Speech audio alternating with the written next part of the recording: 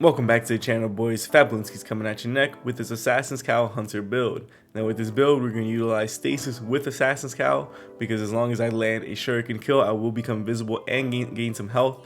We're also going to utilize quickfang because I'm trying to become the ultimate ninja with this build, and that sword, you literally run around like you're some kind of shinobi ninja. It's such a cool sword. I don't know if it's the strongest, but I don't care. It looks sick. It kind of fits with the theme. We're going to be using shurikens to go invisible. We're going to use this assassin katana sword. So let's go ahead and jump right into the build. So obviously, like I said, we're going to use Revenant Hunter. For my grenade, we're using Dust Field grenades. We're also using the Gambler's Dodge, so whenever I dodge near enemies, I get a melee charge back. As for my aspects, we're going to utilize Winter Shroud, so whenever I dodge, nearby targets become slowed. And we're also going to pair that with Grim Harvest, so whenever I defeat slowed or frozen targets, I generate the stasis shards that will give me my melee energy back. I'm trying to have my melee up as much as possible with this build.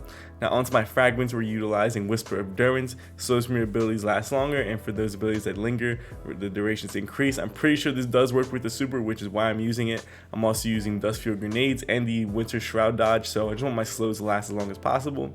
We're utilizing Whisper of Refraction, so whenever I defeat those slowed targets or frozen targets, I gain class ability energy. I have 100 mobility, but I just want to have my dodge back as much as possible. And we're also using Whisper of Fractures. Your melee energy charges faster when you're near 2 or more targets. I'm going to be up close and personal to everything, and plus I can go invisible, so if I need to just wait invisible to get my melee back, I will do so. So pretty much have my melee spam and dodge spam, so whenever I can dodge, get my melee back, land those melee kills, and go invisible, get some health back. So onto my loadout, we're utilizing Monte Carlo, so whenever I do damage with this gun and get kills, it has the potential to refill my melee back. I love this gun. It's my most used primary. I just wish I had a catalyst, but it does not, so we're going to use it anyway. Now honestly, for the special slot, there is a lot of flexibility. I recommend using a sniper because you're going to be running around with a sword. This will be your close damage, so I wouldn't recommend using like a shotty here. I mean, you could use a grenade launcher, but sniper's fine. A shotty, honestly, it really doesn't even matter. You can use whatever you want here, but I highly recommend using quickfang. It kind of just adds to the theme of this build. You're going to be running around using this katana. You hold it back behind you, you run faster. I absolutely love this sword. It can get some pretty nasty rolls. This is the best roll I got so far. We got energy transfer and one for all. I got Swordmaster's Guard and Jagged Edge. You can get Thresh here, so if there's Thresh one for all, that's what I would recommend, but this is the only one I got, so this is what we're using here. It's a lovely sword. I love it so much. It's so fun. This is why we're using it for this build. Is it the most optimal? No, but I don't really care. This is a fun build anyway. Now onto my stats. We got 100 mobility, so my dodge is on an 11-second cooldown. We got 35 resilience. We got 30 recovery. Now I'm not too worried about that because I'm going to be getting those melee kills using Assassin's Cowl, which is going to give me some health back, so I'm not too worried about having low recovery. We got 55 discipline. I wish this was a little bit higher, but it's okay. We got 17 intellect. Honestly, I'm not too worried about it. This is not a super build, so I don't even care. And then we have 55 strength. Now, if I could take some strength and put it into discipline, I would, because I'm going to be generating so much more melee energy from Monte Carlo, the stasis shards and all that, and dodging. So 55 strength is just an accident. It's just a byproduct of my armor. But honestly, I would go for a higher discipline with this build. Now onto my helmet, which is also my exotic piece of choice for using Assassin's Cowl. This came to us in Shadowkeep. Now let's go over the armor perk on it. We got Vanishing Execution. Powered melee final blows grant invisibility and restore a portion of health and shields. Finishers and final blows against more powerful targets increase the duration of the invisibility and the amount of health and shields restored. Now I've seen my my invisibility last 13 or 14 seconds. I could be wrong. I finished a very powerful enemy and it lasts for a long time. But if you're just getting kills on regular trash mobs, I think it lasts for 6 seconds or something like that. It's enough time to honestly get away, move on to the next target. Plus you're getting health back, and it works with the shuriken, so you can get range melee kills, go invisible, go with the sword, and just go crazy with the sword. So I actually really like this exotic now, the fact that it works with stasis, so I'm going to be using this a lot. Now onto my mods, we're using sword ammo finder because I want to use my sword as much as possible. Now we got hands-on, gains bonus super energy on melee kills. I have very low intellect, so maybe I can just get a little bit more super energy for getting a lot of melee kills. And then we also got powerful friends. Now it says when you become charged with light, nearby allies also become charged with light if they are not already. But honestly, I'm using it for that plus 20 mobility. As you can see, my helmet has 36 mobility. I'm using that so I can free up some other mod slots in my gear. Just for that plus 20 mobility for one mod is amazing. On my gauntlets, we're using a discipline mod. Now we're using double focusing strikes, grant class ability energy when you cause damage with a melee attack. I'm going to be using my melee a lot, so whenever I do damage with it, I get class ability energy, which is going to allow me to dodge dodge and to get my melee back. And then we're also using one of the new elemental well mods, Well of Tenacity. Picking up a void elemental well reduces the damage you take from combatants for a short period of time. I'm going to try and increase my tankiness a lot with this build, so you see, so I explain in a little bit other mods I have, which is going to do so. On my chest piece, we're using a mobility mod. Now we got double sword reserve, so I can have a lot of sword ammo. And then we're also using protective light. While charged with light, you gain a significant damage resistance against combatants when your shield is destroyed.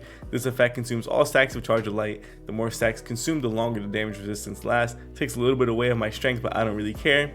That damage build or damage resist buff is insane. Stacking that with Well of Tenacity is going to be so tanky. So I'm trying to be able to stay in the fight as long as possible, generate those void elemental wells, pick those up, get the damage resistance. If I take a lot of damage, I'm about to die. Protective light is going to proc, and I'm just going to be able to tank so much damage. It's going to be crazy. On my legs, I'm using a minor mobility mod. Now we got sword scavenger, and we got absolution. So whenever I pick up an overpower, all my abilities gets a little bit of cooldown back, or I say ability energy back. And then we're using another new elemental well mod, Reaping Wellmaker. After activating your class ability, your next weapon final build spawns a void elemental well.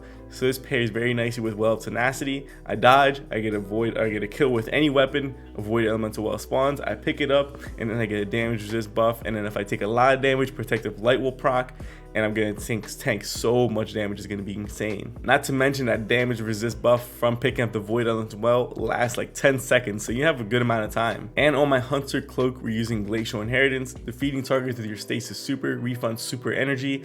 Now I do have very low intellect, as you can see in the bottom right here. I have 17 intellect, so there's one way I'm going to be able to get around that. I'm also using a bomber mod, so it reduces a grenade cooldown whenever using your class ability. So whenever I dodge, I get a nice little bit of grenade energy back, which is very nice. I only have 55 discipline, so I want to be able to use my grenade more than that. And then we also have elemental charge. Become charged with light by picking up an elemental well. If the elemental well's element type matches your subclass element, you gain 2 stacks of charge with light. So I'm not using a void element, or I'm sorry, a void subclass, but I am using elemental wells. So whenever I pick those up, I become charged with light. And then it's also going to give me the damage resist buff from the, I think it's called Well of Tenacity. So I get damage resist, and then I'm also going to be able to have protective light ready to go because I'm getting charged with light by picking up those elemental wells. Just in case I get to the point where I'm about to die, I proc protective light, get a nice damage resist. Hopefully I can go invisible and then get my health back and then keep the fight going. And here is my hunter fashion. I kind of went with like an ice ninja look. I love the fact that there's kunai on the belt right here, and there's kunai on the legs. And I like the armored look. I kind of went with like an ice blue look, and then the cloak, I love the little fur. This is probably my favorite hunter cloak. Let's go right here to the appearance customization screen. Here are all my shaders and my armor ornaments. So if you guys want to copy this, go ahead, take a screenshot, and I hope you guys like it. So although this build really isn't the most optimal using quickfang, although it's not bad, you're probably better off using a different type of sword for better boss damage or whatnot. But using quickfang just adds this kind of like theme and funness to the build, which I really love. This is probably my most funnest build, like hunter build I've ever made, just for the simple fact that you're running around like a ninja, going invisible, using shurikens, slowing everything down. It really makes this build a fun time. Now honestly, I would say this build's even great even if you weren't using quickfang. Let's say if you did want to use falling guillotine, or maybe not even a sword, you just want to use a different type of weapon, maybe like a rocket or something like that. The fact that Assassin's Cowl works with stasis now, you can use exotic, you know, for whatever. Like you want to run some master nightfalls, use Assassin's Cowl, get those melee kills, go invisible, reposition yourself, maybe go and kill a champion or something like that, finish off a champion. You also get health back too, which is very nice, especially in master nightfalls. Whatever, you want to be able to keep yourself alive, and this exotic allows you to do that. Now if my quickfang roll did have thresh 1 for all, then this would definitely be a little bit more of a super spam build because I'm using glacial inheritance as well, and it works very nicely with the hunter revenant super. So if I had thresh 1 for all and the glacial inheritance, this would be a very nice build. I probably might even switch out, maybe use whisper bonds. I don't know that for sure, but glacial inheritance and thresh from the sword, because I'm going to be using thresh to kill most of my ads. That on top of the, I think it's called, what is it, hands on.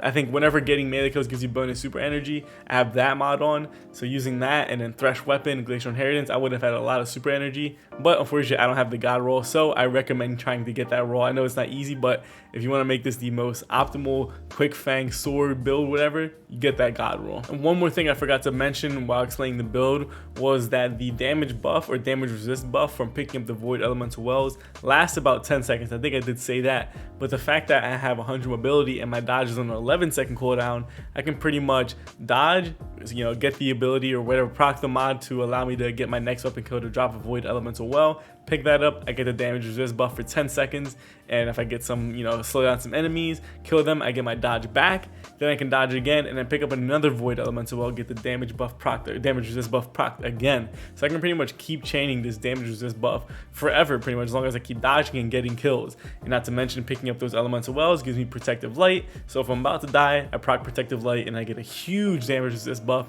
I'm pretty much like a walking assassin tank, and I love it. So there you boys have it, a nice little hunter build for you, trying to utilize Assassin's Cowl, going invisible, using quickfang to kind of fill out that assassin samurai theme with this build, using like the katana sword, and the way you run with it in third person is just amazing. Let me know what you guys think. I have a blast with this build. I'm going to be utilizing this build a lot just for the fun activities. I don't really use my hunter that much in like endgame content, mainly just use it just for like the pinnacles if I'm going to do a raid or something like that. Mainly use Warlock and Titan, but this is a very fun build, so I think I'm going to see myself coming back to this build in the future. But if you guys like this content, please like, subscribe, and share. It truly helps me out a lot. You can also check out my other videos, links are in the description below. I have a lot of crazy builds, so go ahead and check that out. And you might as well follow my social media. I have a Twitter, and Instagram, and a TikTok, all of them at @fat_bloonskis, so go ahead and hit that follow button. But with all that being said, deuces.